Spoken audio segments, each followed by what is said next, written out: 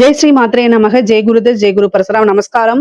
நான் கரூர்ல இருந்து வல்சலா பண்ணிக்க பிரசன்ன ஜோதிடர். இன்னைக்கு நம்ம 2026ஆம் ஆண்டு குரு பயிற்சி பலன்கள் மிதுன ராசிக்கு எப்படி இருக்குன்னு பார்க்க போறோங்க. இந்த குரு பயிற்சி எப்போ வருது அப்படின்னா, திருக்கணிதப்படி 1/6 ஜூன் மாசம் 1ஆம் தேதி 2026. அதே மாதிரி வாக்கியப்படி 26/5/2026 வருது. திருக்கணிதப்படியும் வாக்கியப்படியும் சும்மா ஒரு 2-3 நாள் தான் வித்தியாசமா இருக்கு. அதனால நம்ம எது ஃபர்ஸ்ட் வருதோ அதை எடுத்துக்கலாம். அப்படி பார்த்தா வாக்கியப்படி மே மாசம் 26ஆம் தேதி 26/5/2026 வைகாசி மாசம் 12ஆம் தேதி செவ்வாய்க்கிழமை காலை 11:05 ஹஸ்த நட்சத்திரத்துல குரு மிதுன ராசியிலிருந்து கடக ராசிக்கு பயிற்சி ஆகுறாருங்க. இவ்வளவு நாள ஜென்ம குரு இருந்திருக்கும். அப்பப்போ உங்களுக்கு டென்ஷன் இருந்திருக்கும். இருந்தாலும் நிறைய மாற்றங்களை சந்திச்சிருப்பீங்க.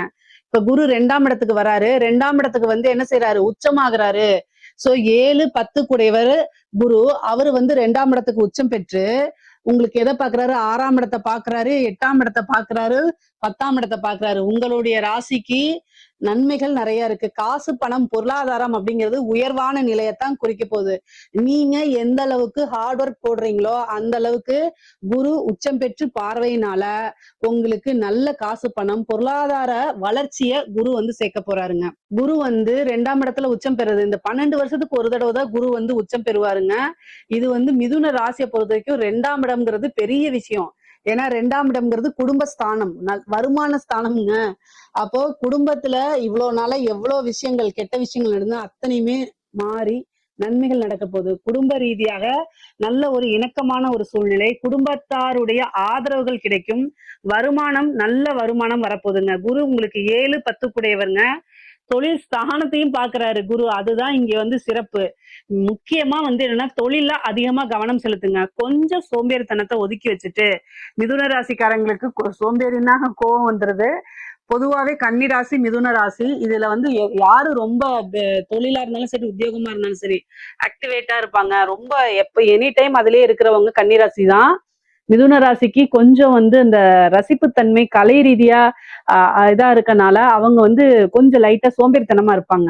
அதெல்லாம் கொஞ்சம் மாத்திட்டு மிதுன ராசிக்காரங்க உழைப்புன்னு நீங்க இருந்துட்டீங்க அப்படின்னா வருமானம் அதிகமா இருக்கு. 12 வருஷத்துக்கு ஒரு தடவை தான் வருவாரு குரு, உச்சம் பெறுவாரு. அதனால தயவு செய்து இந்த வருடம் கொஞ்சம் போக்கஸ்டா இருங்க. போக்கஸ்டா இருந்தீங்கனாலே நீங்க உங்களுடைய லைஃப் டைம்ல எவ்வளவு காசு பணம் சம்பாதிக்கணுமோ அதுக்கு உண்டான வழி உங்களுக்கு குரு காமிச்சுவாரு. குரு வழிகாட்டுறதுன்றது இருக்கு இல்லையா, அது எந்த ராசிக்கு இருக்கோ இல்லையோ உங்க ராசிக்கு இருக்கு. சோ நீங்க என்ன பண்ணணும் அப்படின்னா, உங்களுடைய விஷயங்களை என்ன பண்ணணும்னு எழுதி பாருங்க. மிதுன ராசிக்காரங்களுக்கு எழுதி பாக்குறது நன்மைகளை சேர்க்கும். இப்படி நம்ம முன்னேறலாம் அப்படின்னு சொல்லி உங்களுக்குள்ளேயே இதுல ஓட விடுங்க. கட்டாயம் சக்சஸ் ஆயிருவீங்க. குரு உச்சபலம் பெற்றுக்கிறது எவ்வளவு சிறப்பான விஷயம் தெரியுங்களா? இந்த வருஷத்தை நீங்க தவற விட்டுட்டீங்கன்னா 12 வருஷம் வெயிட் பண்ணணும், அவ்வளவுதான்.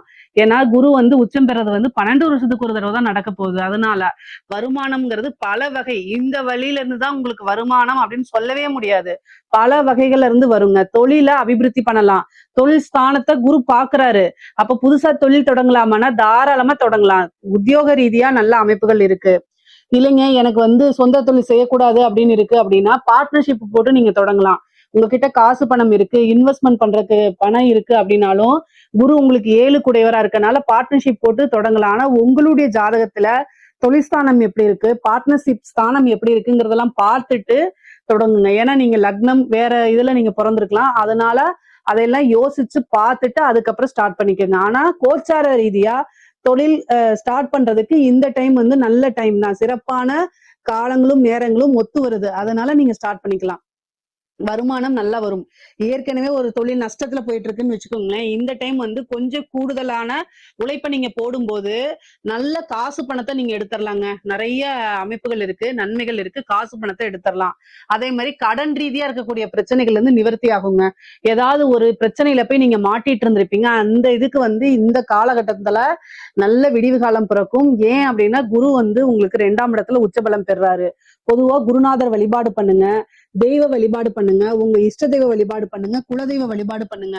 குரு 8ஆம் இடத்தை பார்க்கறதுனால தீராத பிரச்சனைகளுக்கும் பெரிய சிக்கல்கள்ல இருந்தும் வெளியில வரத்துக்கு இது பர்ஃபெக்டான டைம். இந்த டைம்ல நீங்க கொஞ்சம் உழைப்பையும் அதே மாதிரி கொஞ்சம் எஃபர்ட்ஸையும் நீங்க போடும்போது எவ்வளவு பெரிய கடனாக இருந்தாலும் சரி, எவ்வளவு பெரிய பிரச்சனைகளாக இருந்தாலும் சரி, அத்தனை பிரச்சனைகள் இருந்து நீங்க வெளியில வந்துடலாம், நிவர்த்தி ஆயிரலாம். ஏன்னா குரு உங்களுக்கு நிவர்த்தி ஸ்தானாதிபதி. அவரே வந்து உச்சம் பெறும்போது கட்டாயம் எவ்வளவு பெரிய பிரச்சனைகளா இருந்தாலும் சரி, தீராத பிரச்சனைகளா இருந்தாலும் தீர்த்து கொடுக்க வேண்டியது குருவோடைய கடமையாக இருக்குங்க. அதே மாதிரி 6 குடையவர் உடல் தேக ஆரோக்கியத்துல கவனம் செலுத்தணுங்க. 6ஆம் இடம்ங்கிறது கடன் மட்டும் கிடையாது, நோய் வழக்கு எல்லாத்தையும் குறிக்கக்கூடியது. அதனால உங்களுடைய தேக ஆரோக்கியத்துல கவனம் செலுத்தணும். மிதுன ராசிக்காரங்க எப்பவுமே அலட்சியத்துல நம்பர் 1 அவங்க. சோ ஏதாவது ஒரு பிரச்சனை அப்படின்னா வீட்டு வைத்தியம் பார்த்துக்காம தயவு செய்து டாக்டர்கிட்ட போய் கன்சல்ட் பண்ணிருங்க. ஏன்னா குரு 8ஐயும் பாக்குறாரு, 6ஐயும் பாக்குறாரு. அவர் வந்து என்னன்னா அவருடைய வேலை வந்து எல்லா விஷயத்தையுமே வளர்த்து விட வேண்டியதா. குரு வந்து நிறைய பேர் என்ன செய்யறாங்கன்னா, குரு பாக்குது அதனால எனக்கு எந்த பிரச்சனையும் வராதுன்னு நினைக்கிறாங்க. குரு ரொம்ப நல்லவர். அதைத்தான் நானும் சொல்றேன். குரு வந்து நல்லவர். எந்த ஒரு விஷயத்துக்கும் பாரபட்சம் பார்க்காம வளர்த்து விட்டுட்டே இருப்பாரு. அப்ப நோயையும் வளர்த்து விட்டுருவாரு. காசு பணத்தை வளர்த்து விடுறது நல்லது, நோயை வளர்த்து விடுறது நல்லதா? இல்ல இல்ல. 6ஆம் இடத்தை பாக்குறாரு, 8ஆம் இடத்தை பாக்குறாரு. தயவு செய்து கவனமாக இருங்க. உடல் ஆரோக்கியத்துல கவனம் கவனம் கவனம். ஏதாவது ஒரு பிரச்சனை அப்படின்னா உடனடியா மருத்துவரை ஆலோசனை பண்ணிக்கங்க. 1000 500ல செலவை வந்து முடிச்சுக்கங்க. அது வந்து லட்சக்கணக்கில் கொண்டு போய் விட்டுறாதீங்க. அதே மாதிரி 8ஆம் இடத்தை பாக்குறாரு. நீங்க வண்டி வாகனங்களை போகும்போது கவனமாக போங்க. ஏன் அப்படின்னா 8ஆம் இடம்ங்கிறது வந்து பாத்தீங்கன்னா விபத்தை குறிக்கக்கூடிய இடம். சோ அதனால வண்டி வாகனங்கள்ல போகும்போது நீங்க நல்லாதான் போவீங்க, கரெக்டா ஓட்டினாலும் நமக்கு நேரங்காலம் சரியில்லைன்னா ஆப்போசிட்ல இருந்து வந்து இது பண்ணுவாங்க. அதனால ரொம்ப ரொம்ப கவனமாக இருக்கணும். வண்டி வாகனங்கள்ல போகும்போது கவனமாக போங்க. அதே மாதிரி தேக ஆரோக்கியத்துல ஏதாவது சர்ஜரி இந்த மாதிரி பிரச்சனைகள் வரத்துக்கு அமைப்புகள் இருக்கு. குரு வந்து மருத்துவ செலவை கொடுக்க போறாரு, மருத்துவ விரயத்தை கொடுக்க போறாரு. 2ஆம் இடத்திலே உச்சம் பெறனால கண் அறுவை சிகிச்சை நிறைய பேத்துக்கு நடக்கிறதுக்கு வாய்ப்பு இருக்கு. அதே மாதிரி குடும்பத்துல இருக்கவங்களுக்கு மருத்துவ செலவு இருக்குது. இதெல்லாம் கவனமாக இருங்க. வருமானம் பல வகையில இருந்து வந்துருங்க. அதே மாதிரி கோர்ட்டு கேஸ் பிரச்சனைகள் இருக்கு அப்படின்னா அது எல்லாமே சால்வ் ஆக போகுது. மெயினா வந்து நீங்க யார் மேல கேஸ் போட்டிருக்கீங்க, அந்த இதுக்காக தீர்ப்புக்காக வெயிட் பண்ணிட்டு இருக்கீங்க அப்படின்னா அது எல்லாமே உங்களுக்கு சால்வ் ஆயிரும். ரொம்ப நல்ல அமைப்புகள் இருக்குங்க. வெற்றி அப்படிங்கிறது உங்க பக்கம் தான் இருக்கு. ஏன்னா குரு வந்து 6ஆம் இடத்தை பாக்குறாரு.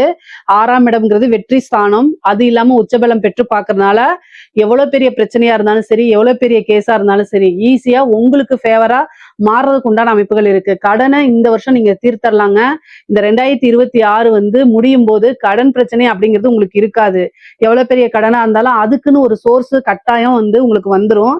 நீங்க அதை எப்படி ஹேண்டில் பண்றீங்கிற விஷயத்தையும் பொறுத்துதான் இருக்குது. கடன் அப்படிங்கிறது வந்து 6ஆம் இடமா இருக்கனால குரு வந்து உங்களுக்கு பாக்குறாரு. 7 குடையவர் நிவர்த்தி ஸ்தான அமைப்பு குடையவரே குரு தான் உங்களுக்கு. அப்ப கடன்ல இருந்து கட்டாயம் ஒரு நிவர்த்தி ஆயிரும். நீங்க கடன் தீர்றதுக்கு என்ன பரிகாரம் அப்படிங்கறது நம்ம சேனல்ல போட்டிருப்போம். அதை நீங்க போய் பாருங்க. அதை பார்க்கும்போது அதுல இருக்க விஷயங்கள் ரொம்ப எளிமையாக இருக்கும். அந்த விஷயங்களை செய்யும் போது குரு பிராப்தமும் இந்த கோச்சாரத்துல வரும்போது கடன்ல இருந்து ஈஸியா வெளியில வர்றதுக்கு உண்டான அமைப்புகள் இருக்கு. அதே மாதிரி 8ஆம் இடத்தை பாக்குறதுனால பெண்களை பொறுத்த வரைக்கும் அது மாங்கல்ய ஸ்தானமா இருக்கனால கணவருடைய தேக ஆரோக்கியத்துல கவனம் தேவை. கணவனாக இருந்தால் மனைவியும், மனைவியாக இருந்தால் கணவனும் ஒருவரை ஒருவர் அனுசரிச்சு செல்லணும். குடும்ப நபர்களுடைய ஆதரவுகள் கிடைக்கும். அதே நேரத்துல லைஃப் பார்ட்னர்ஸ் கிட்ட வந்து ரொம்ப அட்ஜஸ்டபிளா நடக்கல அப்படின்னா 6ஆம் இடத்தை பாக்குறதுனால சண்டை சச்சரவுகள் வரும், வழக்குகள் போறதுக்கு உண்டானது வரும். சாதாரணமா ஒரு விஷயத்த சாரின்னு கேட்டு சிம்பிளா முடிக்கிறத விட்டுட்டு பிரச்சனைகளை வளர்த்தீங்க அப்படின்னா அது போய் 3ஆம் நபர்களுடைய தலையீடு வந்துடும். கோர்ட்டு கேஸ் வந்துடும், அப்புறம் டைவர்ஸ்ல போய் முடிஞ்சிடும். அதனால தேவையில்லாத பிரச்சனைகளுக்கு இடம் கொடுக்காதீங்க. 10ஆம் இடத்தை பாக்குது, கர்மாஸ்தானம். அதனால மனதுக்கு பிடித்த நபர்கள் பிரியறதோ அல்லது இழப்புகளோ ஏற்படுறதுக்கு வாய்ப்புகள் இருக்கு. முக்கியமா வந்து தாய் தந்தையருக்கு கர்மா அப்படிங்கனாலே நீங்க செய்யக்கூடிய விஷயங்கள் தான். யாருக்காவது ஒருத்தருக்கு கர்ம காரியங்கள் செய்யக்கூடிய அமைப்புகள் வந்துடும். ஏற்கனவே அங்க கர்ம காரகன் சனி இருக்காரு. அவரையும் குரு சேர்ந்து பார்க்கும்போது இந்த பிரச்சனைகள் வரதுக்கு வாய்ப்பு இருக்கு. குரு பிரீத்தி பண்ணிக்கங்க. குருவுக்கு பரிகாரம் பண்ணுங்க. என்ன பரிகாரம் பண்ணணும் அப்படின்னா, வியாழக்கிழமை தட்சிணாமூர்த்தி வழிபாடு, முல்லைப்பூ இருக்கு இல்லைங்களா, அதுல மாலை தொடுத்து 2 நெய் தீபம் போட்டு அவருக்கு வழிபாடு பண்ணுங்க. அது ரொம்ப ரொம்ப சிறப்பு. உங்களால என்ன முடியுதோ அதை மட்டும் செய்யுங்க. ரொம்ப சிரமப்பட்டு நீங்க செய்ய வேண்டாம். எனக்கு உத்தியோகம் போகணும், ஸ்கூல் போகணும், காலேஜ் போகணும், நான் வேலையா இருக்கேன், என்னால முடியல அப்படின்னா அதுக்காக மனசு வருத்தப்படாதீங்க. உங்களால என்ன முடியுதோ அதை மட்டும் தெய்வத்துக்கு ஆத்மார்த்தமா செஞ்சா போதும். சிவபெருமான் வழிபாடு பண்ணிக்கங்க, தட்சிணாமூர்த்தி வழிபாடு பண்ணிக்கங்க, நவகிரகங்கள்ல குரு பகவான் ஒருத்தர் இருப்பாரு, மஞ்சள் கலர் ட்ரெஸ் போட்டுட்டு அவரை போய் வழிபாடு பண்ணிக்கங்க. இதெல்லாம் பண்ணும்போது உங்களுக்கு நன்மைகள் அதிகமாகவும் தீமைகள் ரொம்ப குறைவாகவும் இருக்கும்.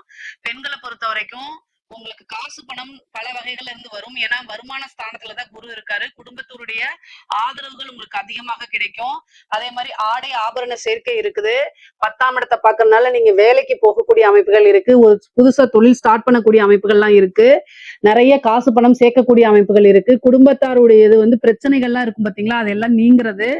8ஆம் இடத்தை பாக்குறதுனால நீங்க வெளியில போகும்போதோ அல்லது வரும்போதோ என்னன்னா இன்ஃபர்மேஷனை ஷேர் பண்ணுங்க.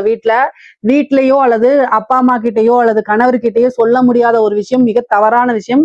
அதை நீங்க செய்யக்கூடாது. உங்களுக்கு ஆசைப்பட்ட விஷயங்களை மத்தவங்ககிட்ட சொல்லிட்டு அதை செய்யுங்க.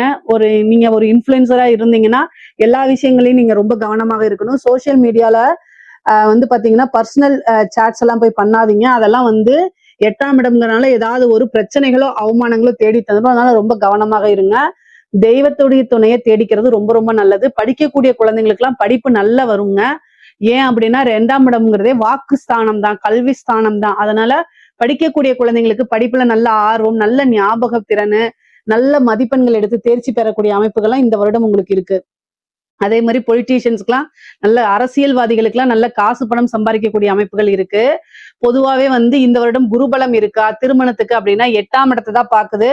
அதனால 2ஆம் இடம்ங்கிறது குடும்பஸ்தானம். அதனால 50% தான் குருபலம் இருக்கு திருமணத்துக்கு.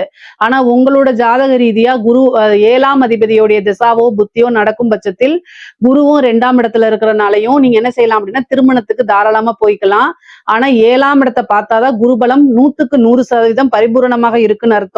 இங்க வந்து 7ஆம் இடத்தெல்லாம் பார்க்கல, 6ஆம் இடத்தை தான் பாக்குது. ஆனா ஜாதக ரீதியா சில பேத்துக்கு தசாபுத்திகள் அப்படிங்கிற விஷயங்கள் 7ஆம் இடத்துல இருக்கிறது, 7ஆம் அதிபதியோடது லக்னத்துக்கு அது மாதிரி பார்த்து பண்ணுவாங்க. அது மாதிரி பண்றதுனா நீங்க தாராளமா பண்ணிக்கலாம். பொதுவா 10ஆம் இடத்தை பாக்குறதுனால இந்த வருடம் எதுக்கு அதிகமா சப்போர்ட் பண்றதுன்னா தொழில், உத்தியோகம், வருமானம் இந்த 3 விஷயங்களுக்கு தான் குரு அதிகமா சப்போர்ட் பண்றாரு.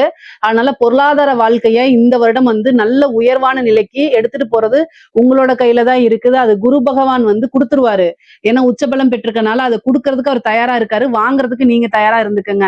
இதுல ஏதாவது சந்தேகங்கள் இருக்கு அப்படின்னா கமெண்ட்ஸ்ல கேளுங்க, கட்டாயம் நான் ஆன்சர் பண்றேன். நம்மளுடைய சேனலை லைக் பண்ணுங்க.